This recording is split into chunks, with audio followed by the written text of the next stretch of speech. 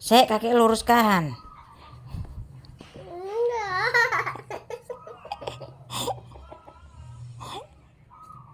Passwordnya?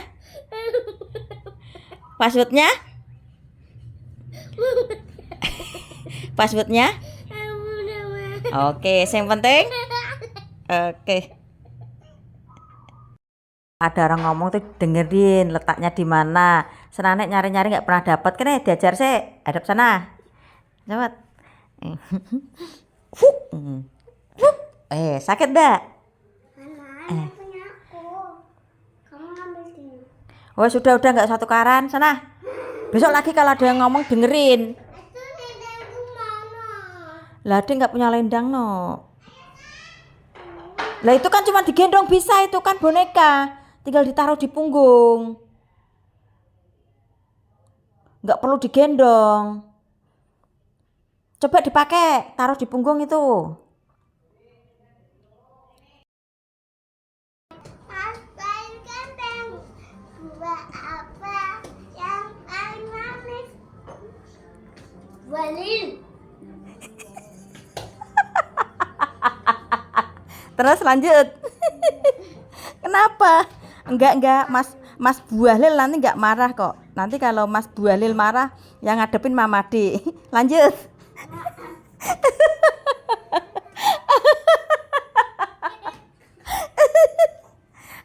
Buah apa yang paling ganteng? Apa, Dek? Sudah tunggu saja diriku di rumah. Jangan marah-marah, duduk yang manis ya. Halo, nama Made. Kompak nih. Anak Mama D bukan? Anak Mama D bukan? Jawab dulu.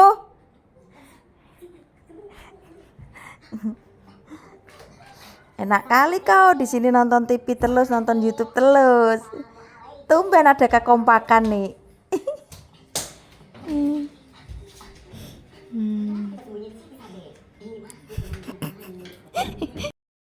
Polda nggak? Saya mama tanya, duduk dulu. Ini hari apa? Hari Sabtu toh? Ya, mama kan libur. Kenapa aku kesini? Tadi bilang sama papa mau kesini gitu. Iya. Mama dia sendirian katanya kasihan gitu. Iya. Baik sekali dirimu. Sempatnya ngapa sih, Bos? Las. Nah, ini tuh kebahagiaan tak terduga. Ini yang sebetulnya kan hari libur nih.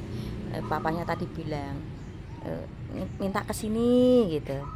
Mama D di luar sendirian katanya kasihan gitu. Mau nemenin Mama D? Sayang dulu. Halo.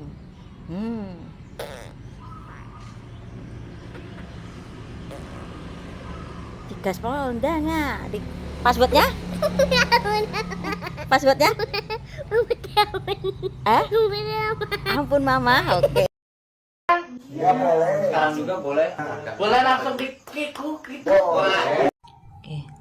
Aku menemu video koplak macam ini, tuker pasangan sama siapa saja boleh ya. Ini sama ini boleh, terus ini hari ini pakai ini, besok pakai itu boleh ya. Tujuannya untuk menguasai dunia. Nih ya, bagi siapapun entah laki atau perempuan ya. Saya berhenti. Karena ini videonya koplak, aku pun menanggapinya dengan cara koplak aja ya, biar imbang gitu ya. Ya, sekali lagi untuk laki-laki yang perempuan atau laki-laki gitu sampai belibet ngomongnya ya, sing doyan kento wes cari iki padepokan apa ponpes wes meluncur gas ya, wes pokok main ki surga dunia dari sana wes pokoknya kentah kentu wes ya.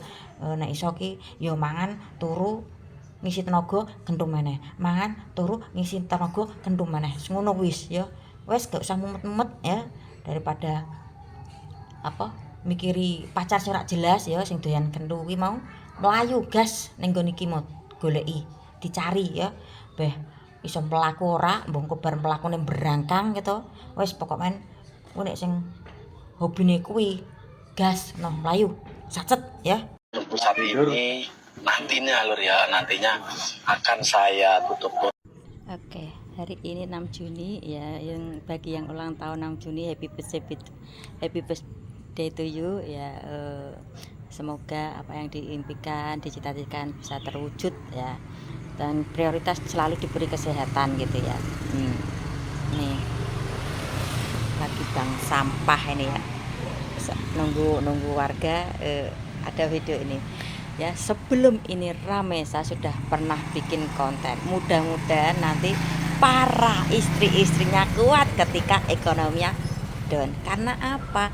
Pertama kali menikah dapat orang tajir, meski cuannya dari tanda tanya ya. Ya itu ya, kalau melihatnya ya kembali ke individu kalian masing-masing sih ya. Saya cuma membahas orang ini aja ya. Ketika orang itu dikasih dana lebih ya, istilah kata Jawa itu balungan-balungan cilik diguyur sama uang gede, wah polah petingkah pogal yang akhirnya akan membuat dirinya hancur dengan sendirinya ya. Saya melihat komen-komennya banyak yang pinter ya, dalam masa 10 tahun dealer begitu banyak ya, dan gaya hidupnya langsung hedon ya. Ini terlihat sekali itu kalau dana ya. Gini loh, usaha itu harus dirintis benar-benar dari nol gitu ya. Basic dia itu TKW ya, gitu ya. TKI ya, tahulah gaji para TKI itu berapa. Dalam 10 tahun bisa punya mobil segitu banyaknya. Polanya aku juga udah paham gitu. Saya di sini bukannya senang. Kenapa Om? Saya di sini bukannya senang ada orang hancur, senang enggak ya. Ini pelajaran buat kita semua ya, ketika diguyur dengan uang ya, terus jangan pokol, jangan petingkah yang akhirnya akan menghancurkan dirimu sendiri. Paham sampai di sini ya. Baru 10 tahun mobil segitu banyaknya, yang bertahun-tahun aja. Lihat aja.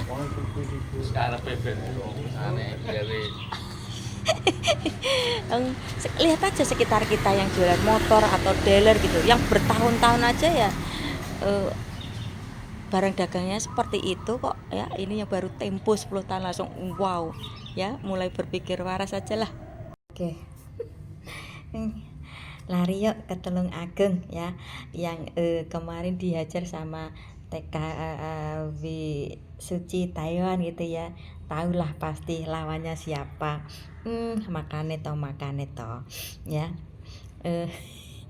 Lah kok membantah pihak aparat pemerintah. Ayo berat no.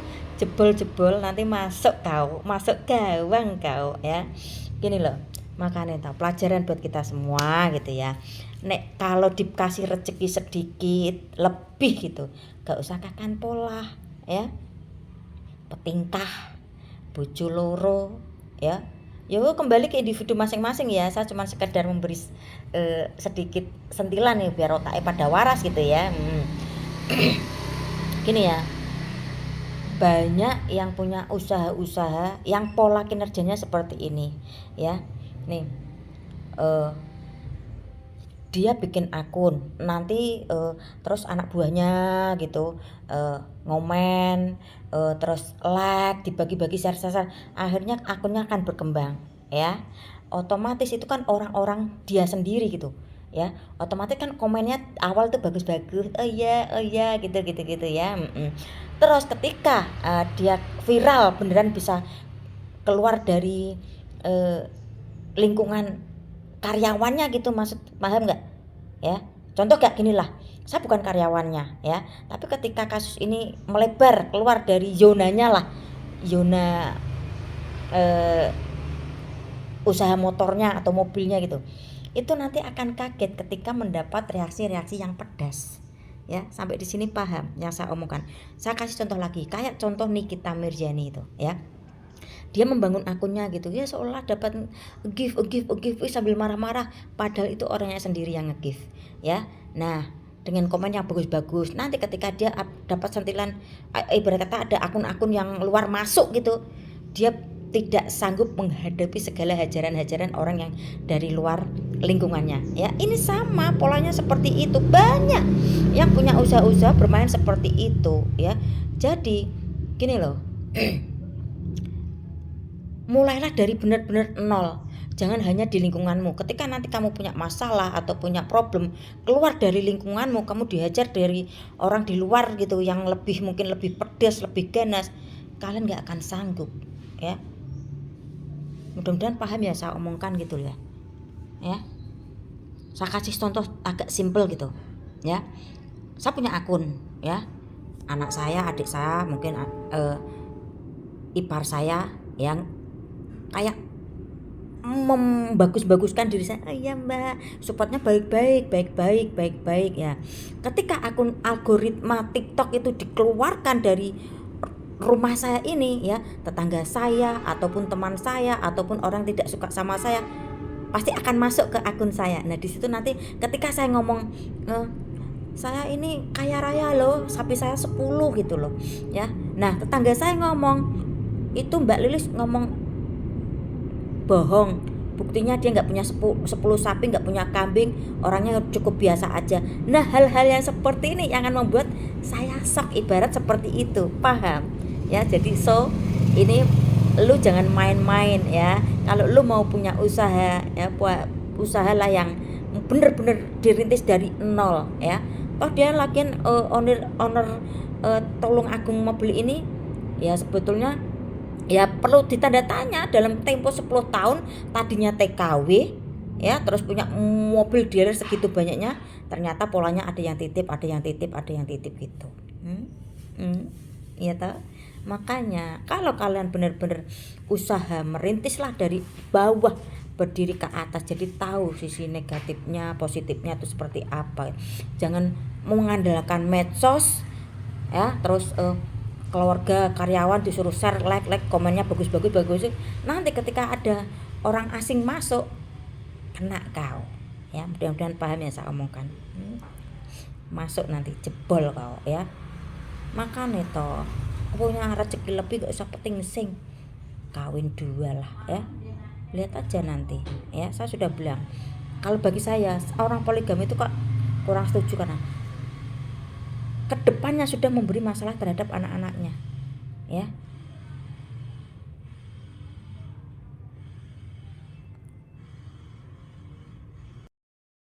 Assalamualaikum saudaraku, selamat pada beliau. Terima kasih saudaraku. Nah, tahun ini beliau yang jadi Bupati Tulung Agung. Insya Allah tahun depan umur nikah ini. Mampus Rasido jadi bupati hanya mimpi. Ngerti prawe? Nih, coba memprediksi seperti penonton sepak bola gua juga mau memprediksi itu orang yang beristri 2 kemungkinan memakai baju baru berwarna oranye ya. Apalagi ini sama calon bupati dulu ya. Gue sih nggak peduli dia mau satu sama Mbak Suci, saya nggak peduli ya. Saya mau melihat cuman sekedar ingin pesan gitu ya. Ketika kalian udah diuji dengan materi yang cukup gitu ya, ya nggak usah kakan petingkah lah ya. Punya istri 2 itu ya, yang akhirnya nanti ya anak-anakmu yang akan datang yang akan menanggung masalah-masalah yang sudah diperbuat dari orang tuanya. Kenapa saya bilang seperti ini? Ini nanti ya kalau sampai itu si laki memakai baju baru gitu ya, yakin tuh pihak perempuan gak eker-ekeran. Pasti eker-ekeran ya. Ya ini pelajaran buat kita semua gitu. Saya kembalikan lagi ya, kalian yang menjalani, kalian yang menanggung resiko ya. Saya sekedar melihat dari video ini ya.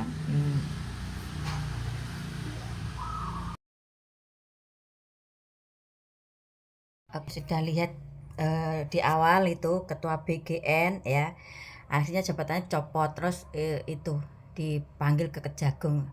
aduh, double double apa, double kill gitu ya, double hantaman gitu ya. Ya karena apa, dia itu kan peneliti serangga, jadi ketua BGN, Badan Gizi Nasional. Lah kan Joko Sembung makan soto gak nyambung tuh ya. Nah saya sudah sering bilang dulu ya, ketika kemenangan Bani 58 itu ya, saya sudah sering bilang ya, saya lagi baik nih, masih ngasih warning gitu untuk keluarga para pejabat ya, yang tadinya hidupnya hedon ya, harap siap-siap ya, siapa tahu dapat lotre seperti ini keluarga Pak Dadan ya. Pasti shock lah, pasti kaget lah ya. Kalau punya ada usaha sampingan ya agak lumayan lah, kalau enggak kan ya bisa berabe, mungkin juga ya mungkin ada penurunan ekonomi ya. Kalau memang nggak ada usaha sih ya, kalau ada ya mungkin ya agak kaget juga, shock gitu. Ya terus ini juga pesen untuk yang aneh-aneh yang jadi simpanan pejabat ya, hati-hati juga, barangkali nanti ketiban apes kalian ya. Jadi bisa jadi nanti yang dikatakan seperti Nikita Mirzani gitu, gembel bau miskin gitu, yang tadinya glowing ya, pakai pakaian mewah, mobil mewah gitu ya, karena jadi cem-ceman pejabat gitu, terus tinggal bilang ayah, papa, transferan dong ya, akhirnya ditransfer lah. Barangkali nanti aneh-aneh ini ada apa, ketiban apes, pejabat yang ngasih donatur seperti Pak Dadan ini kan ya jadi apes itu ya. Yakinlah, hiduplah semampu kita gitulah ya. Ya meski lagi istilah kata kayak dikatakan nih, kita Mirzani itu gembel bau miskin tuh, ya udah dijalani aja, dinikmati aja, karena ada hal yang lebih penting, bagaimana kita menyikapi kehidupan ini beserta bonus problema-problema kehidupan itu ya. Ya mungkin yang di awal mungkin yang otaknya kurang nyampe ya jangan dipaksakan untuk memahami konten-konten saya, kok ndak sih mumet ya, jangan ya. Nanti banyak lagi tuh ya, para pejabat-pejabat, nggak hanya Pak Dadan aja ya, banyak ASN dari nanti TNI, kepolisian, guru ya, pokoknya kayak gini loh. Karena kemarin hasil pemilihan tuh rumit ya, kebanyakan rumit bin ruwet ya. Saya melihatnya kayak benar loh, yang menempel pada Pak Prabowo itu terlalu banyak ya. Untuk memenangkan Pak Prabowo kemarin mudah, karena banyak penalu yang dengan harapan aku mau bantu Pak Prabowo, Pak Prabowo orangnya kaya, terus punya kuasa juga lah, punya nama besar juga, pasti dijamin menang ya. Akhirnya terbukti menang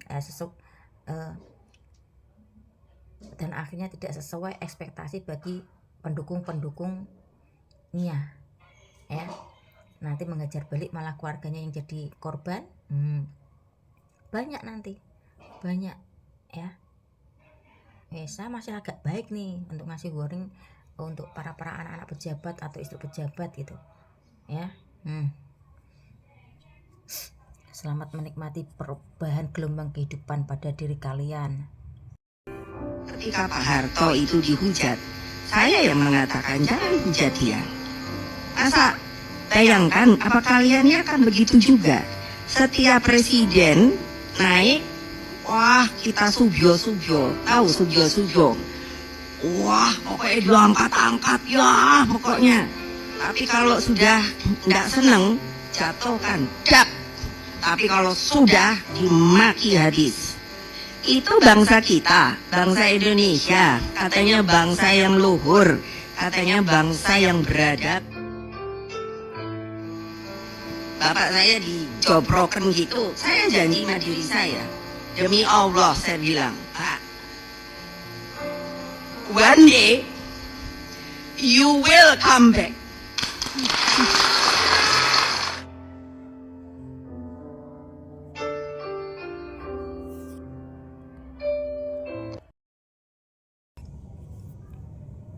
Oke, buat kalian ya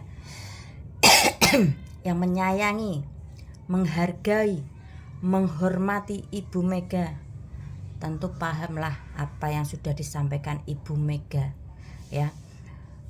Pak Harto yang memimpin 32 tahun ada dengan story-story ceritanya yang seperti itu, begitu SADIS ya terhadap keluarga Ibu Mega, beliau aja berkata seperti ini ya, apalagi sama mantan presiden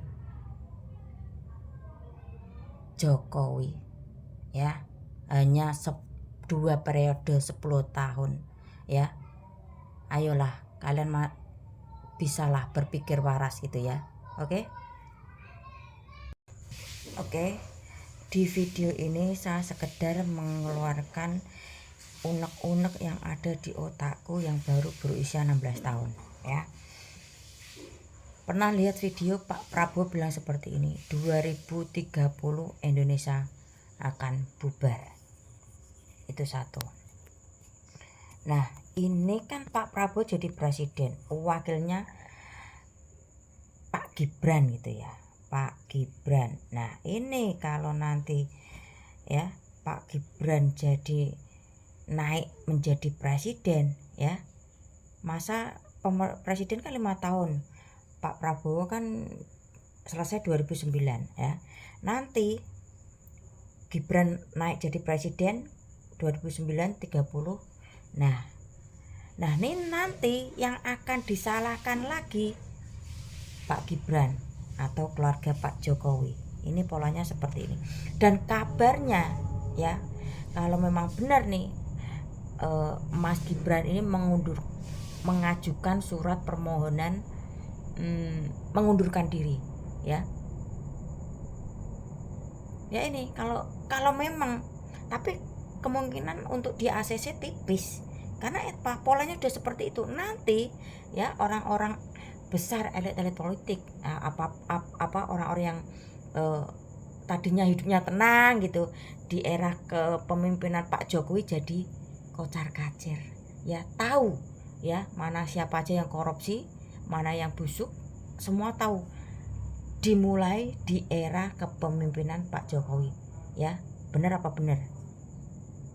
Nah ini terus nanti ya yang karena apa, para koruptor itu kan hidupnya terusik, yang tadinya tenang gitu dengan menikmati kekayaan yang wow, dengan gampang mudah mendapat uang ya, kayak ada dendam. Makanya benar ada yang bilang Gibran itu tahanan politik ya, ini buat nanti ke depan. Kok saya melihatnya seperti itu ya.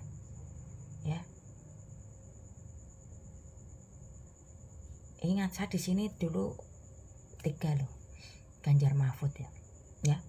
Dan banyak yang koruptor gitu, ketika tertangkap menyalahkannya Pak Jokowi ya. Karena apa? Pak Jokowi itu pembuka gerbang kebusukan politik di pusat. Ini menurut saya ya, dan pernah saya mendengar ada yang bilang itu Ibu Mega tidak, ada di videonya, Ibu Mega tidak merestui atau tidak mau meng-ACC Pak Jokowi jadi gubernur dulu ya, gubernur terus jadi presiden ya. Ini sebetulnya sudah warning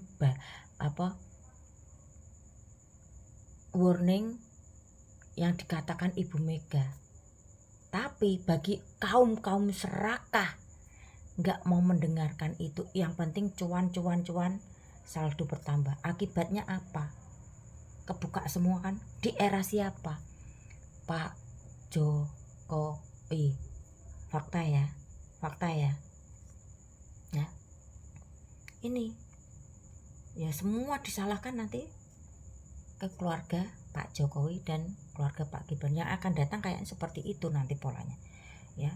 Pak Prabowo cukup 5 tahun, nanti Gibran naik. Nah, mudah-mudahan nih ya, pengamatanku salah gitu ya.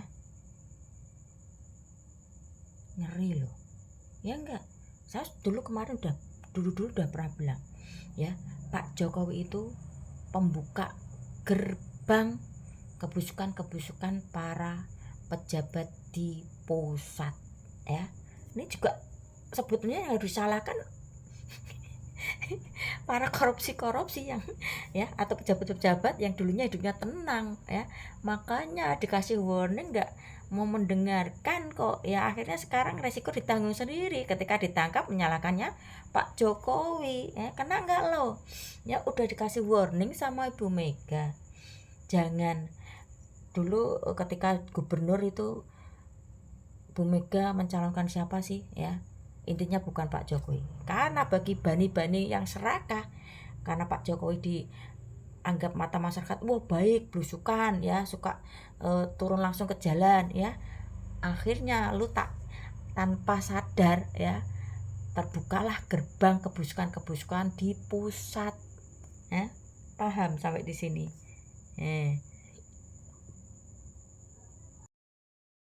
Oke. Aduh. Salam dari saya ya, kemarin 2024 Gama Ganjar Mahfud gitu ya.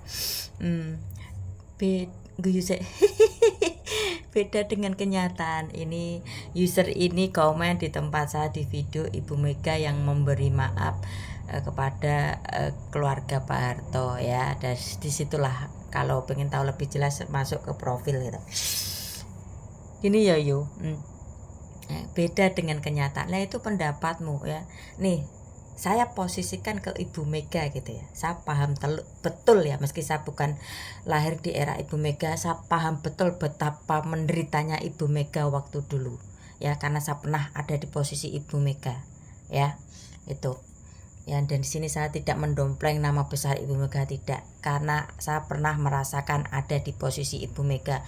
Ketika orang tua berkuasa ya banyak yang menempel, ketika orang tua sudah tidak berkuasa banyak yang cabut. Itu wis pasti ya, saya sudah pernah merasakan itu. Nah beda dengan kenyataan ya. Saya posisikan sebagai Ibu Mega. Kalau Anda berpikir Ibu Mega itu jahat ya, saya ya kenal Uncle Putin Presiden Rusia. Tahulah ya Presiden Rusia itu seperti apa ketika memberi pelajaran terhadap Ukraina ya. Itu dia mainnya cara halus, tapi capek badan capek pikiran itu Presiden Ukraina itu, saya pastikan ya. Kalau ya memang Ibu Mega jahat ya, sakit hati loh. Selama 32 tahun negaranya diobok-obok kayak gitu ya. Kalau untuk rakyat mungkin masih bisa ditolerir, ini untuk kepentingan pribadi dan kroni-kroninya. Ingat keluarga Pak Soeharto seperti apa, pamer kemewahan gonta-ganti pasangan, ini fakta ya. Dari yang menantunya, dari anaknya, cucunya ya, siapa yang nggak pernah deket sama keluarga Cendana? Itu satu ya. Kalau Ibu Mega jahat, tinggal calling Uncle Putin, teman sejak lama. Putin, habis itu di ibu kota ya, saya sudah gedek, saya sudah muak, bisa saya pastikan Putin mau menyerang ya. Paham sampai di sini user ya. Ini beliau masih ada rasa keibuan gitu. Kalau beliau mau, tinggal telepon Putin, hancur itu ke ibu kota. Karena apa? Sistem pemerintahan ada di ibu kota ya, pusat ekonomi ada di kota, yuk hancur sekalian ya. Kalau itu pikiran Ibu Mega jahat ya. Paham sampai di sini? Di beranda aku lewat tuntutan NM ya, Nikita Miryani sebesar 244M terhadap Dr. Reza Gladys ditolak oleh majelis hakim ya. Nah akhirnya apa? Pihak Dr. Reza Gladys menuntut balik 514M. Lebih ngeri kan? Aduh ya. Menurut apa ya, spiritual emang udah wancinya si Nikita Miryani jatuh ya, karena bisa dilihat lah kalian di medsosnya seperti apa, menghina orang sebegitunya sampai dahsyatnya, ibarat kata sampai ke akar-akarnya, ngeri kan. dari dulu pasti banyak orang yang menangis karena perkataan-perkataan Nikita Mirzani ya. Cuman ditahan karena dia kemarin punya power.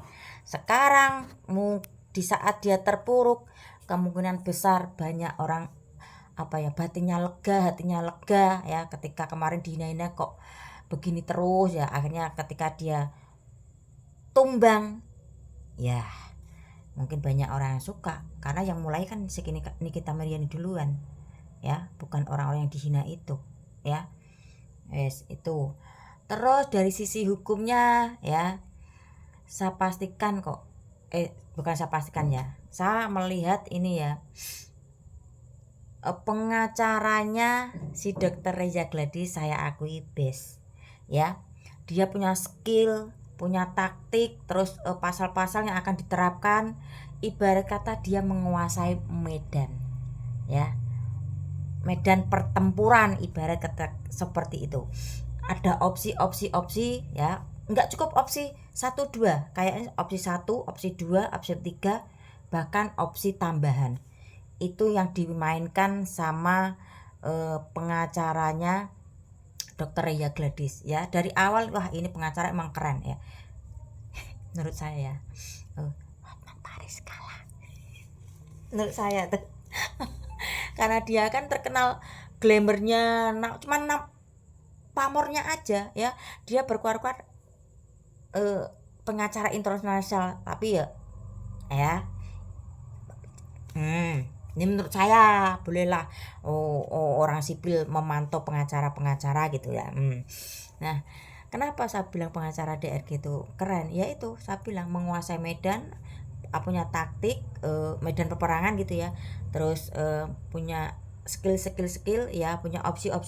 Nah, opsi 1 dengan tuntutan ini nggak masuk, opsi 2 nggak bisa masuk, opsi 3 opsi tambahan ya, itu jadi dia masuk ya. Mungkin bagi pendukungnya Nikita Mirzani gitu nggak terima, berasumsi uang, sulit sekarang kalau uang gitu ya, karena ini kasus dipantau benar-benar ya.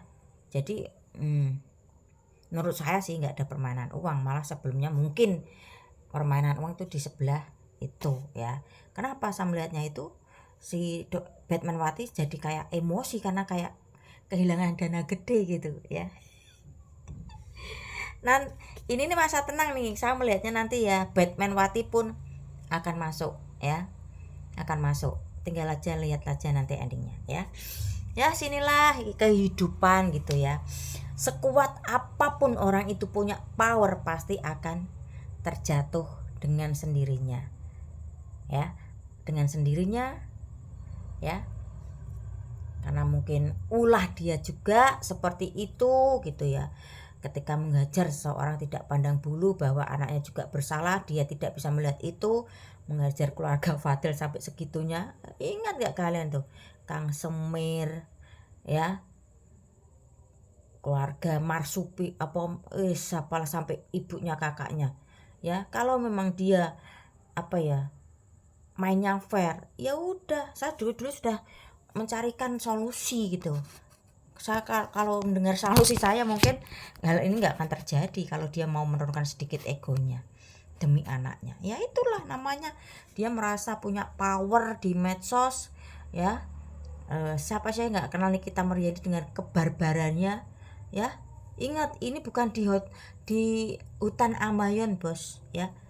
Ini di dunia nyata yang masih ada aturan-aturan lalu lintas, aturan undang-undang, tutut ya, sopan santun, masih ada aturan-aturan seperti itu. Jadi kalau lu mau barbar di dunia nyata ini sulit, kalau lu mau barbar di hutan Amazon oke. Ya mudah-mudahan nanti kedepannya itu yang mendukung fanatik bisa membantulah keluarganya gitu, atau jangan hanya menumpang viral, numpang sama Nikita Mirzani ya. Jujur saya pribadi tuh dari segi kepercayaan saya kasihan sama dia gitu ya, tapi gimana lagi, emang sudah wancinya untuk jatuh ya sudah, harus terima kenyataan. Mudah-mudahan kedepannya kuat gitu. Oke.